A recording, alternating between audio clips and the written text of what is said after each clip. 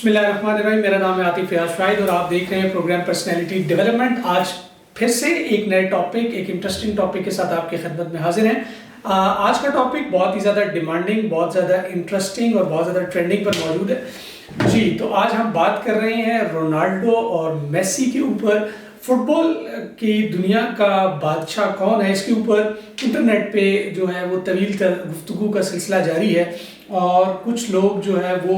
Messi को नया गोट यानी कि ग्रेटेस्ट ऑफ ऑल टाइम करार दे रहे हैं। और ख़ास तौर पे ये डिस्कशन तब स्टार्ट हुई जब फीफा ने एक ट्वीट किया और उस ट्वीट में उन्होंने लिखा कि जो गोट की डिस्कशन है वो ओवर हो चुकी है, नया गोट सबको पता है कि अब कौन है, यानी कि मेसी की तरफ इशारा किया गया, जिसके ऊपर रोनाल्डो के फैंस जो है वो बड़ी तेज़ी के साथ सामने आए और उन्होंने इसके ऊपर तनकीद की और उन्होंने कहा कि रोनाल्डो हमेशा से बेस्ट है और ग्रेटेस्ट ऑफ ऑल टाइम की अगर बात करें तो वो रोनाल्डो है। बाय लक अगर मेसी ने वर्ल्ड कप जितवा दिया है तो दैट डज नॉट मीन कि मेसी नया गोट है। तो आज के प्रोग्राम में हम इस चीज़ के ऊपर डिस्कशन करेंगे, इस चीज़ के ऊपर बात करेंगे कि आखिर ये गोट है क्या, कौन है और किसको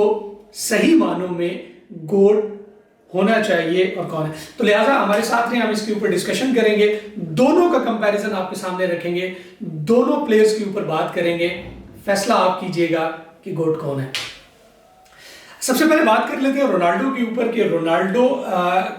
की जो फुटबॉल के अंदर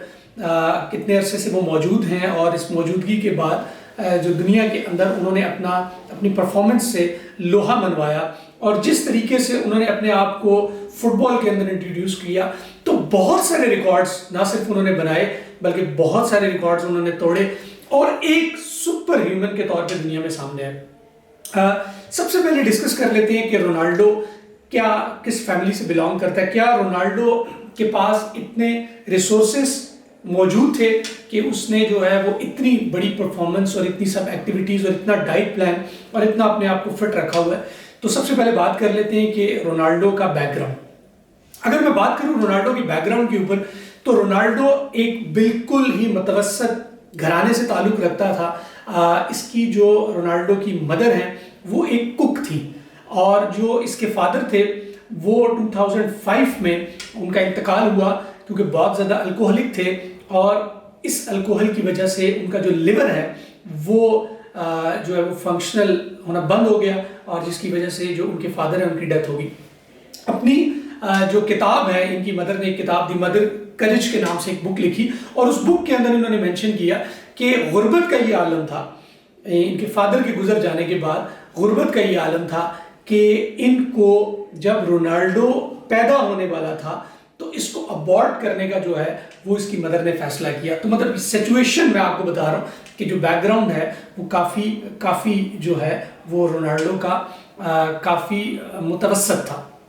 अगर फिर इसकी बात कर लूँ कि जब मैनचेस्टर यूनाइटेड में फुटबॉल खेला करता था तो रोनाल्डो का ये कहना है कि अपने इंटरव्यू में उसने कहा कि उसको एक मरतबा पूरे दिन में खाना मिलता था और वो रात के वक्त मैकडोनल्ड में जाके वहाँ पर वो खातून थी और उससे पूरे दिन के जो बचे कुचे बर्गर थे वो इकट्ठे करके खाया करता था। सिर्फ कहने और बताने का मकसद ये है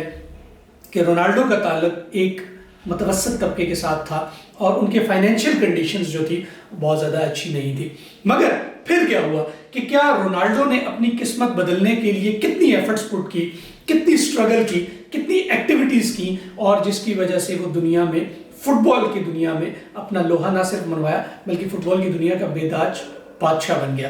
तो इसके अलावा मैं आपको एक बात बताता चलूँ जो बहुत इंटरेस्टिंग होगी आपके लिए, वो ये एक रोनाल्डो की अगर बात की जाए तो रोनाल्डो को सुपर ह्यूमन कहा जाता है। यानी कि अगर आप रोनाल्डो को की परफॉर्मेंस को देखें, अगर आप उसकी फिजिकल एक्टिविटीज़ को देखें तो आपको आम इंसानों से हट के कुछ चीज़ें रोनाल्डो के अंदर नजर आएंगी। तो रोनाल्डो की एक इंटरेस्टिंग फैक्टर आपको बताते चले कि एक चीते से 5 गुना लंबी जंप जो है वो रोनाल्डो कर सकता है और अगर वो खड़ा हो तो खड़े होकर वो तकरीबन 44 सेंटीमीटर की जंप कर सकता है, जबकि अगर वो रनिंग करता हुआ आए तो वो 78 सेंटीमीटर की जंप कर सकता है। हैरान आप इसलिए इस बात पे मैं बहुत ज़्यादा हैरान हूँ क्योंकि बास्केटबॉल प्लेयर्स जो होते हैं जैसे माइकल जॉर्डन वगैरह,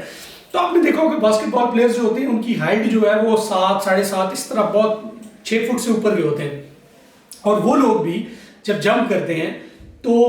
70 सेंटीमीटर से ज़्यादा की जंप नहीं है। जो रिकॉर्ड है वो 70 सेंटीमीटर का है, जबकि जो रोनाल्डो है वो 78 सेंटीमीटर तक जंप कर सकता है। तो ये एक बड़ा ही यूनिक किस्म का जो है वो कैरेक्टरिस्टिक्स है जो कि रोनाल्डो के हिस्से में आता है। और इसके अलावा अगर हम बात करें कि जो एज है, आपने बहुत मरतबा ये बात सुनी होगी कि रोनाल्डो की जो एज है वो अपनी एज से, अगर उसकी बॉडी और फिजिक को देखा जाए तो वो अपनी एज से बहुत कम है। यानी कि रोनाल्डो की जो एज है वो 38 है, जबकि रोनाल्डो का जो बॉडी है वो बताती है कि रोनाल्डो की एज जस्ट 24 और 25 ईयर्स ओल्ड है। इसके अंदर मल्टीपल फैक्टर्स हैं। जैसे हम बात करें कि एक बॉडी के अंदर जो फैट है अगर वो 12% है और उसके अंदर जो मसल्स है अगर वो 40% है, तो एक इंसान का जो एज है अगर वो इस क्राइटेरिया को मेंटेन करे तो वो अपनी एज से काफ़ी कम लग सकता है और वो अपने एज से बहुत कम रह सकता है। तो जो रोनाल्डो है वो अपना डाइट प्लान और अपनी फिजिकल एक्टिविटीज़ को इस तरीके से परफॉर्म किए हुए कि उसने अपनी एज को यहाँ रखा है। उसने जो एक्टिविटीज़ की हैं, जिस तरीके से वो एफर्ट्स पुट करता है और अपनी ट्रेनिंग्स करता है, उसके मुताबिक रोनाल्डो ने ये सब चीज़ें मेंटेन की हुई हैं। हम बात कर रहे हैं रोनाल्डो की, और ये बात मैं आपको बताता चलूँ कि रोनाल्डो फुटबॉल की दुनिया का जो बेताज बादशाह बना, उसके पीछे रोनाल्डो की बेहद स्ट्रगल है, उसकी एक्टिविटीज़ हैं, उसका डिसिप्लिन है जिसने रोनाल्डो को रोनाल्डो बनाया हुआ है। एक और इंटरेस्टिंग फैक्ट पे बात करते हैं कि रोनाल्डो जो है वो एक ऐसा शख्स है जो रेगुलर बेसिस पे ब्लड डोनेट करता है, और यही रीज़न है कि रोनाल्डो की बॉडीज़ पे टैटूज़ नहीं होते, क्योंकि अगर आप अपनी बॉडीज़ पे टैटूज़ बनवाएंगे तो फिर कुछ टाइम जो है वो आपको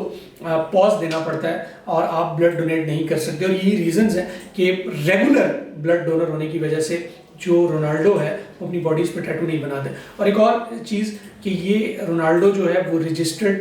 बोन मैरो डोनर भी है, लिहाजा ये दोनों एक्टिविटीज़ जो है वो रोनाल्डो जो है रेगुलर बेसिस पे करता है।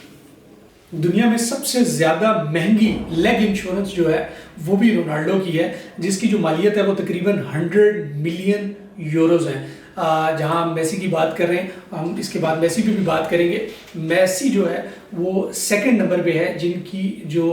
इंश्योरेंस है लेग इंश्योरेंस वो 78 मिलियन यूरोज़ की है। तो डिफरेंस आपके सामने है। ब्रिटिश कोलंबिया यूनिवर्सिटी के अंदर एसोसिएट प्रोफेसर लुइस ने बाकायदा तौर पे 2015 के अंदर क्रिस्टियानो रोनाल्डो के नाम से एक कोर्स इंट्रोड्यूस करवाया। ये सोशियोलॉजी के बेसिकली प्रोफेसर थे और वो रोनाल्डो को एक सुपर ह्यूमन और उनकी जो कल्चरल वैल्यूज़ है उसको इतना अपीलिंग समझते थे कि उन्होंने बाकायदा तौर पे 4th ईयर के अंदर रोनाल्डो के ऊपर बाकायदा तौर पे एक कोर्स इंट्रोड्यूस कराया जो अब तक चल रहा है, और रोनाल्डो की लाइफ को लेके जो है वो वहाँ पर 4th ईयर के अंदर बाकायदा तौर पे पढ़ाया जाता है। फोर्ब्स की 2020 की रिपोर्ट के मुताबिक ये दुनिया का पहला बिलियनियर सॉकर प्लेयर है। मैनचेस्टर यूनाइटेड के मैनेजर से जब ये बात की गई तो उन्होंने कहा कि मेसी और रोनाल्डो के अंदर जो बेसिक डिफरेंस है वो ये है कि मेसी एक गॉड गिफ्टेड टैलेंटेड इंसान है और वो उसने अपनी ज़िंदगी में बहुत सारी चीज़ें और बहुत सारी एक्टिविटीज़ को उस तरीके से परफॉर्म नहीं किया, जबकि इसके बरक्स अगर रोनाल्डो की बात की जाए तो रोनाल्डो एक हार्ड वर्किंग इंटेंसिव एक्सरसाइजेस करने के बाद, बहुत ज़्यादा हार्ड वर्किंग करने के बाद, जहाँ जहाँ पर उसका टैलेंट लैग कर रहा होता है वहाँ पर वो अपनी हार्ड वर्क के साथ, एक्सरसाइजेस के साथ अपने आप को जिसको कहते हैं पेन में ले जाके और वो एक्सपर्टीज जो है वो गेन करता है, जबकि मेसी गॉड गिफ्टेड और नेचुरल टैलेंटेड है। अगर हम बात करें रोनाल्डो की तो रोनाल्डो की जो मील्स हैं वो बहुत ज़्यादा स्पेसिफिक है। 4 टाइम्स दिन में जो है वो मील लेते हैं, एक्सरसाइज बहुत टफ करते हैं, स्विमिंग करते हैं, बहुत सख्त जो है वो अपने आप को पूरे दिन का उनका स्केड्यूल बड़ा टाइट होता है, लेकिन 8 घंटे की नींद के ऊपर रोनाल्डो कभी कॉम्प्रोमाइज़ नहीं करते। तो ये आज की गुफ्तगू हमारी रोनाल्डो के ऊपर थी कि रोनाल्डो बहुत ही जो उनकी रूटीन है, जो उनकी एक्टिविटीज़ हैं, उनके जो फैंस हैं या जो लोग मेसी के बहुत ज़्यादा फैंस हैं वो इस चीज़ को ज़रूर कंसीडर करें। तो लिहाजा हमने आज के प्रोग्राम के अंदर जो है वो रोनाल्डो के ऊपर बात की है, लेकिन हमारे साथ ही रहिएगा, हम नेक्स्ट प्रोग्राम के अंदर मेसी के ऊपर बात करेंगे और बहुत ही ज़्यादा इंटरेस्टिंग फैक्ट्स के साथ आपको बताएंगे कि मेसी के पास ऐसी क्या नेचुरल टैलेंट है, या वो जब दुनिया के बेताज बादशाह बने